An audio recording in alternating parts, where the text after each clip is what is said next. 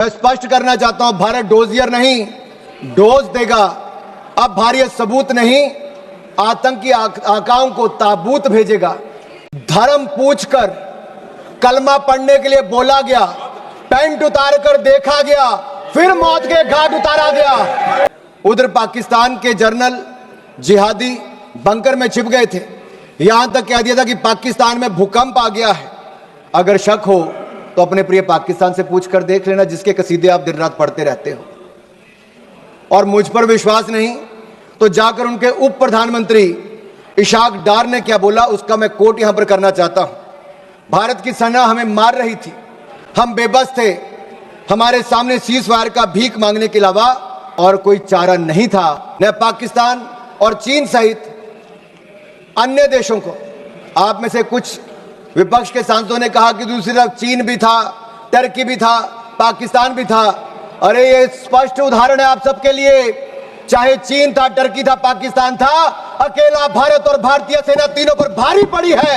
यह दिखता है भारतीय मेक इन इंडिया प्रोडक्ट्स भी कैसे भारी पड़े हैं। दोस्तों, जब से पहलगाम हुआ, उसके बाद ऑपरेशन सिंदूर हुआ, तब से विपक्ष द्वारा एक मांग बार बार उठाई जा रही थी कि संसद में इसकी चर्चा हो, हमें बताया जाए कि कितना भारत का नुकसान हुआ, कितना पाकिस्तान का आतंक के ठिकाने तबाह हुए। ये सब विपक्ष चर्चा करना चाहता था संसद में। तो अभी संसद के सत्र में अनुराग ठाकुर केंद्रीय मंत्री है, जिन्होंने इसका जवाब दिया। उन्होंने ऑपरेशन सिंदूर की सफलता की बात की। उन्होंने भारतीय सेना द्वारा पाकिस्तान में आतंकी ठिकानों पर किए गए ऑपरेशन सिंदूर की सराहना की। उनका कहना था कि इस ऑपरेशन में 25 मिनट के अंदर 9 आतंकी ठिकानों पर प्रहार करके 100 से ज़्यादा आतंकियों को ख़त्म किया गया। उन्होंने इस ऑपरेशन को टेक्स्ट बुक प्रेसीजर वॉरफेयर और text book counter terrorism doctrine बताया। भारतीय सेना की शक्ति की चर्चा की। ठाकुर ने कहा कि यह भारत की त्रिशक्ति जल थल नभ का एक संगम था, जिसने दुनिया को यह संदेश दिया कि भारत पर होने वाला कोई भी आतंकी हमला युद्ध माना जाएगा और भारत इसका करारा जवाब देगा। उन्होंने यह भी बताया कि पाकिस्तान के 11 एयरबेस को मात्र 3 घंटे में पूरी तरह से नष्ट कर दिया गया, जिससे पाकिस्तान का लगभग 20% एयरफोर्स इंफ्रास्ट्रक्चर ध्वस्त हो गया। उन्होंने मोदी सरकार की नीतियों के बारे में बात कही। उन्होंने कहा, प्रधानमंत्री मोदी की जीरो टॉलरेंस नीति की प्रशंसा करते हुए कहा कि भारत अब डोजियर नहीं बल्कि डोज देगा और आतंकी आकाओं को ताबूत भेजेगा। उन्होंने यह भी बताया कि मोदी सरकार ने रक्षा बजट को 2.5 लाख करोड़ से बढ़ाकर 6.81 लाख करोड़ कर दिया गया। विपक्ष पर निशाना साधते हुए अनुराग ठाकुर ने बताया कि उन्होंने निशाना साधा खासकर कांग्रेस पार्टी पर, कई आरोप लगाए। उन्होंने कहा कि विपक्ष के नेताओं ने ऑपरेशन सिंदूर के दौरान भारतीय सेना से सबूत मांगे और पाकिस्तान को बचाने का काम किया। जब रक्षा मंत्री जी भारतीय सेना की उपलब्धियों की चर्चा कर रहे थे, तब कोई ताली नहीं थी, कोई मेज नहीं थपथपा रहे थे। और आज भी अगर मैं कहूं कि निहत्थे और निर्दोष नागरिकों को धर्म पूछकर मारने का अगर पहली बार ऐसा काम हुआ है, उन्होंने धर्म के नाम पर देश को बांटने का, देश में दंगे फैलाने की सोच को लेकर चले, लेकिन नरेंद्र मोदी जी के नेतृत्व में 140 करोड़ भारतीय एकजुट होकर खड़े रहे। पूरा भारत एक साथ खड़ा रहा। उस शाम भारत के घरों में दिए नहीं जले, यहां तक कि रात में घरों का चूल्हा भी ठंडा पड़ा रहा। इन लश्कर आतंकियों ने हमारी बहनों के सिंदूर को मिटाया है। हमारे देश, हमारे लोकतंत्र, 140 करोड़ भारतीयों को चुनौती दी। हमारी सशक्त सरकार और हमारी सशक्त सेना को एक तरह से चुनौती देने का दुस्साहस किया। प्रधानमंत्री मोदी जी ने कहा था कि भारत पहलगाम के साजिशकर्ताओं को उनकी कल्पना से परे सजा देगा। और ऑपरेशन सिंदूर में हमने देखा कि भारतीय सेना की जो शक्ति है, एकता और संकल्प एक प्रतीक बन चुका है। यह शक्ति आतंक के साए को कुचलकर भारत के गौरव को विश्व पटल पर उजागर कर रही है। और 7 मई को हमने इन दुश्मनों को जवाब देते हुए भारतीय सेना ने पाकिस्तान के अंदर आतंकी ठिकानों पर अचूक और निर्णायक प्रहार किया, और ऐसा प्रहार किया कि जिसका दर्द आज तक पाकिस्तान को हो रहा है। 25 मिनट में 9 आतंकी ठिकानों पर 24 टीक प्रहार करके हमारी सेना ने 100 से अधिक आतंकियों और आतंकी ठिकानों को ध्वस्त करने का काम किया। एक ही झटके में जमींदोज करने का काम किया। यह भारत की त्रिशक्ति जल थल नभ का एक संगम था। हमने विश्व को साफ शब्दों में बता दिया कि भारत के विरुद्ध अगर कोई आतंकवाद की किसी घटना को अंजाम देगा तो हमला भारत पर हमला माना जाएगा, भारत के खिलाफ युद्ध माना जाएगा और भारत इसे अपने तरीके से निपटेगा। और इसका करारा जवाब भी देखा, जो आंख उठाकर देखेगा उसको ऐसी दर्द दी जाएगी कि उसकी आने वाली पीढ़ियों को भी दर्द महसूस होती रहेगी। ये भारत का आतंकवाद के विरुद्ध शंखनाद था। ये अब भारत, मैं स्पष्ट करना चाहता हूं, भारत डोजियर नहीं डोज देगा। अब भारत सबूत नहीं, आतंकी आकाओं को ताबूत भेजेगा। ये नया भारत है और ये नए भारत का, this is the new normal of new India. This is PM Modi's zero tolerance policy towards terrorism. जब दूसरे दिन पाकिस्तान ने भारतीय सेना और हमारे सिविलियन ठिकानों पर हमला करने का प्रयास किया तो हमारी भारतीय सेना ने एक बार फिर पाकिस्तान के 11 एयरबेस पर हमला करते हुए उसको नेस्तनाबूद कर दिया। This was a strike on the 11 Pakistan air bases and it made it the graveyard of military defeat of Pakistan. मौका मिले तो आप अपने पड़ोसी मुल्क पाकिस्तान से पूछ लें कि भारतीय मिसाइलों ने कैसा कहर ढाया था। 2.5 महीने बाद भी रहीम खान एयरबेस पर आज बैलगाड़ी चलाने लायक भी नहीं बचे। वर्षों वर्षों तक अगर आपने सुना होगा तो ये कहते थे कि भारत से हजारों साल तक जंग लड़ते रहेंगे। गज़वे हिंद के मंसूबे पाले बैठे थे, ब्लीड इंडिया विद 1000 कट्स के मंसूबे पाले बैठे थे और ये मंसूबे पालने वाले 48 घंटे भी भारतीय सेना का मुकाबला नहीं कर पाए। भारतीय सेना ने ऐसा दर्द देने का काम किया है। और मैं विपक्ष के लोगों को कहना चाहता हूं, राहुल जी तक संदेश जरूर पहुंचा देना, भारतीय सेना वहां पर मारती है जहां सबसे ज्यादा दर्द होता है। Indian army strikes the enemy where it hurts the most, in mind, in might and on their map. उधर पाकिस्तान के जनरल जिहादी बंकर में छिप गए थे, यहां तक कह दिया था कि पाकिस्तान में भूकंप आ गया है। अगर शक हो तो अपने प्रिय पाकिस्तान से पूछ कर देख लेना, जिसके कसीदे आप दिन रात पढ़ते रहते हो। और मुझ पर विश्वास नहीं तो जाकर उनके उप प्रधानमंत्री इशाक डार ने क्या बोला उसका मैं कोट यहां पर करना चाहता हूं।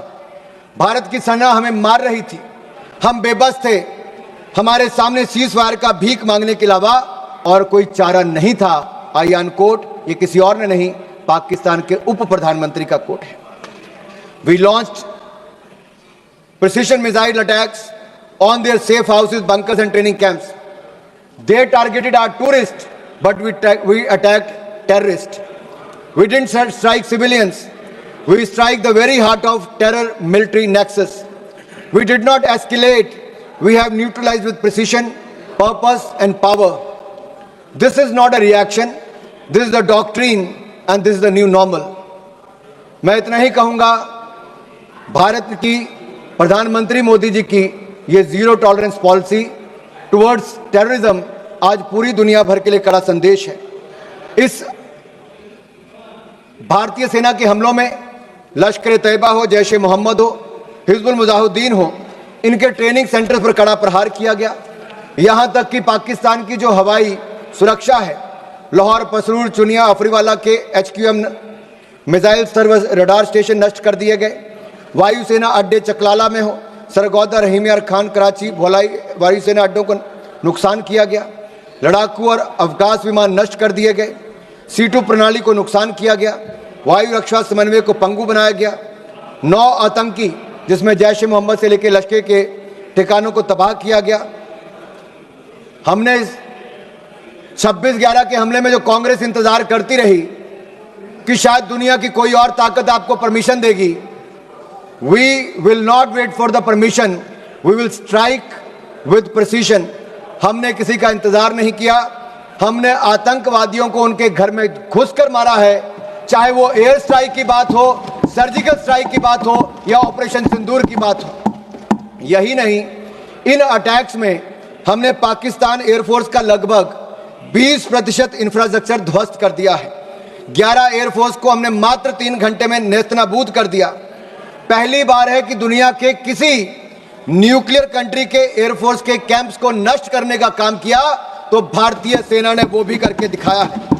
यही नहीं, 26/11 के हमले में जिस स्थान से उन आतंकवादियों को ट्रेनिंग दी जाती थी, उन आतंकवादी ठिकानों को भी हमने ध्वस्त किया, मोस्ट वांटेड टेररिस्ट को भी हमने मारा और उनके आकाओं को भी मौत के घाट उतारने का काम किया, तो भारतीय सेना ने किया। केवल आतंकियों को ही नहीं, पाक भोलारी एयरबेस में 50 से ज्यादा लोग मारे गए, जिसमें पाकिस्तान स्क्वाड्रन लीडर उस्मान यूसुफ को भी और 4 एयरमैन को भी मौत के घाट उतारने का काम भारतीय सेना ने किया।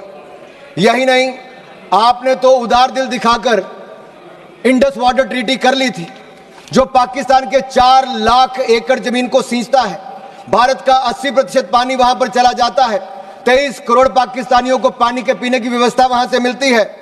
लेकिन मोदी जी ने कहा कि water and blood can't flow together, terror and talk can't go together, और हमने इंडस वाटर ट्रीटी को सस्पेंड कर दिया है।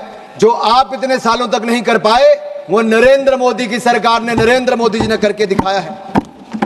यही नहीं, ऑपरेशन सिंदूर में विश्व ने भारतीय सेना का शौर्य देखा और हथियारों की मारक क्षमता को भी देखा है। Made in India weapons have won battlefield validation and India has displayed its cutting edge defence technology to the world.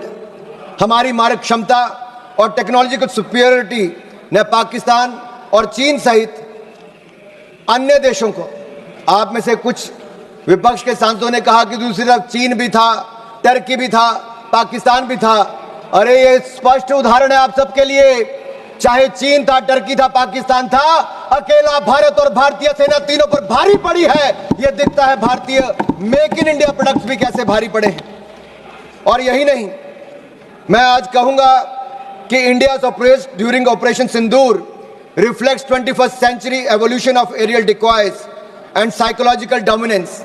This is just not warcraft, it is Minecraft. India has displayed a textbook case of aerial combat. इस कार्रवाई को सैन्य इतिहास में text book precision warfare कह रही है। Thailand air force university इसे सैन्य रणनीति की टेक्स्ट बुक में शामिल करने की बात कह रही है। दुनिया इसे text book counter terrorism doctrine के रूप में देख रही है। और एक ऑपरेशन सिंदूर से आज दुनिया भर में पता चल गया कि भारत की ताकत क्या है और जो आज के वॉरफेयर में भारत की नई टेक्नोलॉजी ने कैसे काम किया है। आप पूछ रहे थे पिछले 10 सालों में क्या हुआ। दीपेंद्र हुड्डा जी कह रहे थे कि भारतीय सेना के बजट को क्या हुआ डिफेंस के। माननीय निर्मला सीतारमण जी यहां पर है, रक्षा मंत्री जी हैं, पूर्व रक्षा मंत्री भी हैं, आज वित्त मंत्री हैं, राजनाथ जी हैं, रक्षा मंत्री हैं। मोदी सरकार में 2.5 लाख करोड़, आपके समय 2013-14 में डिफेंस बजट था, 2.5 लाख करोड़ से बढ़कर 6,22,000 करोड़ रुपया बजट कर दिया है। अरे आप 6,81,000 करोड़ रुपया बजट कर दिया है, दुगने से ज्यादा कर दिया, 3 गुना कर दिया है। और आप अपने गिरेबान में झांक कर देखिए, 10 साल आपने सेना को बुलेट प्रूफ जैकेट तक नहीं दी। नरेंद्र मोदी जी की सरकार में मात्र 3 सालों में 2 lakh bullet proof jacket make in India बनाकर हमने दी है। आपने 10 सालों में नहीं, 30 सालों में आपने 1 रैंक 1 पेंशन नहीं दिया।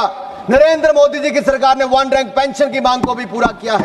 और यही नहीं, मैं आपको बताना चाहता हूं, अटल जी की सरकार में देखिए, आपके समय 48 में, 62 में, 65 में, 71 की लड़ाइयां हुई, लेकिन सेना के जवानों का पार्थिव शरीर उनके घरों तक नहीं जाता था। अटल बिहारी वाजपेयी जी की सरकार बनी, तब जाकर पार्थिव शरीरों को उनके घर तक पहुंचाने का काम किया। तो अटल बिहारी वाजपेयी की सरकार ने, भारतीय जनता पार्टी की सरकार ने किया। और धर्मेंद्र जी, मैं इतना जरूर कह दूं, अरे मैं तो हिमाचल प्रदेश से आता हूं।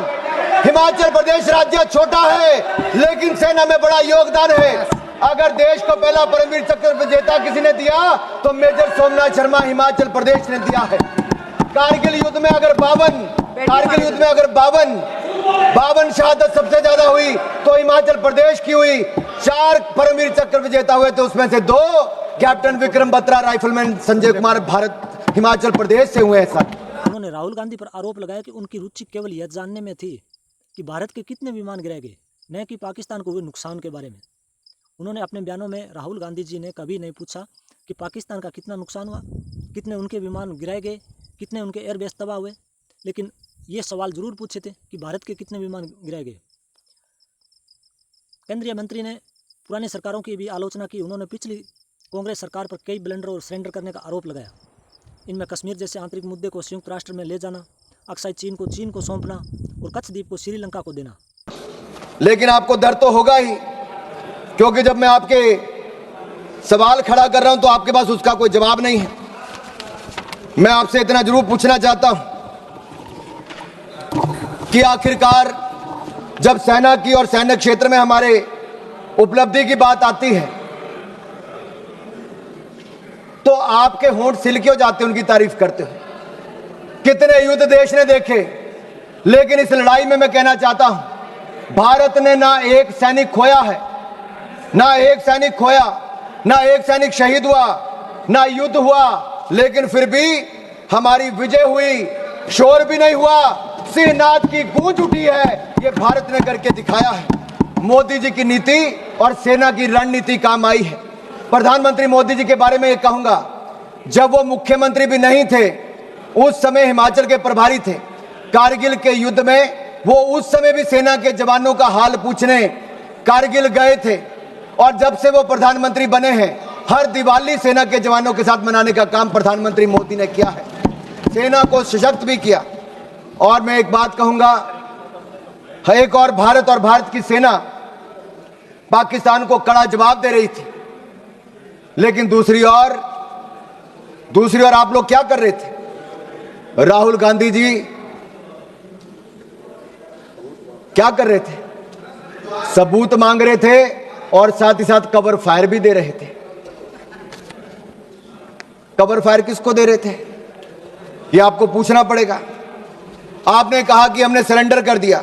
हमने स्पष्ट किया है कि जब तक हमने ऑपरेशन और मिलिट्री ऑब्जेक्टिव पूरा नहीं किया तब तक हमने सीजफायर नहीं किया था, और तीसरे पक्ष की मध्यस्थता को हमने पहले नकार दिया था। और यही नहीं, एक बात तो मैं आपको स्पष्ट कर देना चाहता हूं, आज भारत का दूसरा सबसे लंबे समय तक प्रधानमंत्री के पद पर रहने वाला कोई व्यक्ति है तो उनका नाम नरेंद्र मोदी है। 2001 से लेकर 2025 तक, मुख्यमंत्री से लेकर प्रधानमंत्री तक 25 साल में एक दिन की भी छुट्टी लिए बिना देश के लिए हर पल जीने का काम करने वाले नरेंद्र मोदी हैं। आपने भारत की सेना पर प्रश्न चिन्ह खड़ा किया है। मैं इतना कहूंगा, हम दुनिया का सबसे बड़ा लोकतंत्र है, दुनिया की चौथी बड़ी अर्थव्यवस्था है, दुनिया के सबसे लोकप्रिय प्रधानमंत्री नेता हमारे पास हैं। भारत को झुकाने वाला कोई कमाई का लाल पैदा नहीं हुआ जो झुका सके। भारत को कोई झुका सके ऐसा किसी में दम नहीं। भारत से विश्व है, हम किसी से कम नहीं, हम किसी से कम नहीं। आदरणीय सभापति जी, भारत 2.5 मोर्चे पर लड़ाई लड़ रहा था। 2 मोर्चे तो सबको पता है, लेकिन ये जो आधा मोर्चा है ना,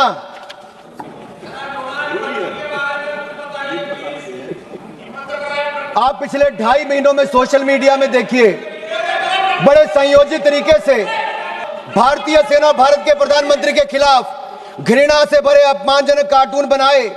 इसी कांग्रेस पार्टी ने अभी भी हंसते हैं। अरे राहुल गांधी जी को सदन में खड़े होकर माफी मांगनी चाहिए, पूरे देश से भारतीय सेना से माफी मांगनी चाहिए। और बाटला हाउस कांड में शहीद होने वाले इंस्पेक्टर मोहनचंद शर्मा को आप श्रद्धांजलि तक नहीं दे पाए, लेकिन आपकी पूर्व राष्ट्रीय अध्यक्ष आतंकवादियों के मरने पे आंसू बहाने बाद चली गई थी। यह कांग्रेस है जो भारतीय सेना के साथ नहीं, उसके खिलाफ हथियार उठाने वाले आतंकवादियों के लिए आंसू बहाती है। देश ने आपका असली चेहरा देखा है। इससे बड़ा पाप और क्या हो सकता है कि आपने भारत को अपमानित और पराजित करने वाले राष्ट्र साबित करने में कोई कसर नहीं छोड़ी। आपने देश की जनता का मनोबल तोड़ने का कार्य किया, कोई कोर कसर आपने बाकी नहीं छोड़ी। और सुनिए मणिकम टैगोर जी, इतिहास नरेंद्र मोदी जी को उनके धैर्य और धीरता के लिए याद रखेगा, उनके धोखे और धूर्तता के लिए धिक्कारेगा, धोखे और धूर्तता के धिक्कारेगा। और मैं आपको बताऊं, जिस नेता की आप अपने की बात करते हैं, 2 बार देश की जनता ने लीडर ऑफ ऑपोजिशन बनने के लायक भी नहीं दिया।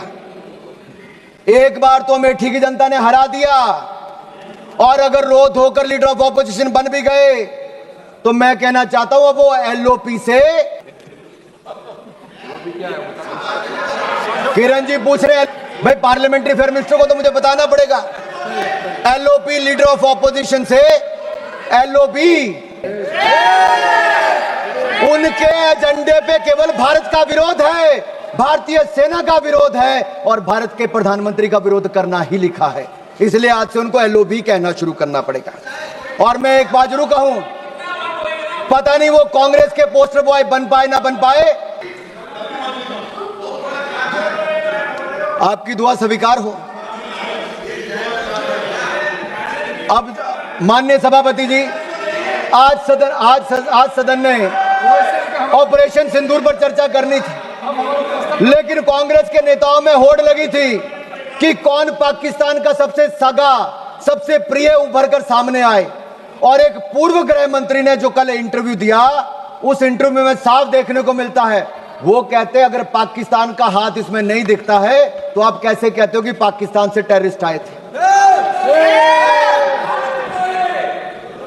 ये लोग कभी हिंदू आतंकवाद कहते हैं, कभी पाकिस्तान को बचाने के लिए आते हैं। कांग्रेस पार्टी में पाकिस्तान के इतने बड़े बड़े एडवोकेट आज हैं कि पाकिस्तान अपनी पैरवी बाद में करता है, कांग्रेस के नेता उनकी पैरवी करने के लिए पहले खड़े हो जाते हैं। और मैं इतना जरूर कहूंगा, पाकिस्तान सेना और पाकिस्तान सरकार लश्कर राहुल के बयानों को अपने पक्ष में इस्तेमाल कर रही है। पाकिस्तान सेना और पाकिस्तान सरकार लश्कर राहुल के बयानों को अपने पक्ष में इस्तेमाल कर रही है। और यही नहीं, पाकिस्तान सेना के प्रोपेगेंडा वीडियो में कांग्रेस पार्टी के राष्ट्रीय अध्यक्ष उनके बयान को लेकर पूरी दुनिया भर में दिखाया जा रहा है। मुझे पहले लगता था इनको दिक्कत मोदी जी से है, लेकिन अब मुझे पूर्ण विश्वास है इनकी दिक्कत मातृभूमि से भी है। और कहने को तो आईएनसी है, लेकिन आईएनसी अब इनके बयानों और इनके तरीकों से यही लगता है ये अब कहीं, क्योंकि पाकिस्तान द्वारा फैलाए गए झूठे नैरेटिव और आड़ के पीछे आप रुक रहे हैं। कांग्रेस आइडिया ऑफ डिप्लोमेसी यही रहा माननीय सभापति जी। और मैं जो कह रहा हूं मैं उसको ऑथेंटिकेट करने के लिए तैयार हूं। कांग्रेस आइडिया ऑफ डिप्लोमेसी क्या था?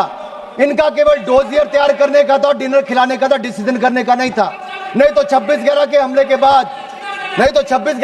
के बाद ये लोग 26/11 हमले के बाद ये शायद कुछ कार्रवाई करते, उन्होंने कुछ नहीं किया। ये पाकिस्तान को उनकी भाषा में जवाब देते, लेकिन नहीं दिया। राहुल गांधी जी क्या करते रहे, मैं आपसे पूछना चाहता हूं। मैं पूछता हूं आपसे, पूरे ऑपरेशन सिंदूर में श्रीमान राहुल गांधी जी का सबसे ज्यादा रुचि यह जानने में थी कि भारत के कितने विमान मार गिराए। उनका एक बयान भी ऐसा नहीं है जहां उन्होंने जानने की कभी कोशिश की हो कि हमारी सेना ने, हमारी वायुसेना ने पाकिस्तान में कितनी तबाही मचाई है, पाकिस्तान के कितने आतंकवादियों को मार दिया है, पाकिस्तान के कितने आतंकवादी ठिकानों को तबाह किया है, उनके कितने डिफेंस सिस्टम को खत्म किया है, उनके कितने एयरबेस उड़ाए हैं, पाकिस्तान को कितनी हानि पहुंचाई है। इसमें राहुल जी का कोई इंटरेस्ट नहीं था, मात्र इंटरेस्ट था भारत के कितने विमान गिराए गए। आखिर ये जानकारी वो किससे साझा करना चाहते थे? जिनके हाथ रक्षा दलाली में रंगे रहे हों, अब किसके लिए दलाली करना चाहते हैं ये मुझे पता नहीं। और मैं तो इतना ही कहूंगा, जुबान पर पाकिस्तान, दिलों में साजिश पलती है। ऐसे लोगों की वजह से ही तो चिताएं जलती हैं। देश को लूटकर जो अपने महल बनाते हैं वो इतिहास में गद्दार कहलाते हैं, गद्दार कहलाते हैं। ऑपरेशन सिंदूर पे मैं कहूंगा हमारी सेना ने तो किया, वो दुनिया ने देखा, लेकिन उसके ठीक बाद प्रधानमंत्री मोदी जी आदमपुर एयरबेस पर गए और अपनी सेना का मनोबल बढ़ाने का काम भी किया। तो नरेंद्र मोदी जी ने किया। फेक प्रोपेगेंडा चलाया जा रहा था कि आदमपुर एयरबेस खत्म कर दिया। अगर खत्म हो गया तो प्रधानमंत्री कैसे उतरते? S-400 पीछे खड़ी दिखती थी, आपकी आंखों में आपके चश्मे नहीं दिख रही होगी, दुनिया ने देखा है। यही नहीं, मैं आपको यह कहना चाहता हूं, न्यू रूल ऑफ एंगेजमेंट में हमने तय कर दिया है कोई भी आतंकवादी घटना को एन एक्ट ऑफ वॉर माना जाएगा। मैडम मैं 5-7 मिनट और लूंगा, मेरे जो टाइम मुझे पार्टी ने दिया ये 5-7 मिनट, किरण जी भी यहाँ पर हैं। और न्यूक्लियर ब्लैकमेल की जब बात चलती है, अटल बिहारी वाजपेयी जी ने भी स्पष्ट कर दिया था और नरेंद्र मोदी जी की सरकार ने तो कह ही दिया है, हमने एस्केलेशन भी नहीं की, हमने केवल आतंकवादी ठिकानों को प्रहार किया। लेकिन जब पाकिस्तान ने हमारे सेना या सिविलियन ठिकानों पर प्रहार करने का प्रयास किया तो हमने ऐसा जवाब दिया है कि कांग्रेस नहीं, पाकिस्तान सदा याद रखिए, गलती से। मैं जहां तक सिंधु डैम की बात है, इंडस वाटर ट्रीटी को हमने सस्पेंड किया है। आपके कुछ नेताओं ने कहा, जो आपकी गठबंधन में सरकार में थे, उन्होंने कहा पानी दे देना चाहिए पाकिस्तान को। प्रधानमंत्री मोदी ने कहा सिंधु में पानी और खून, सिंधु नदी का पानी और खून एक साथ नहीं बह सकते। तुम हमारा खून बहाओगे, तुम्हें पानी नहीं पिलाएंगे। मैं इतना जरूर कहूंगा, पाकिस्तान चाहे जितना मर्जी सिर पटक ले, नाक रगड़ ले, सिंधु डैम के गेट नहीं खुलेंगे।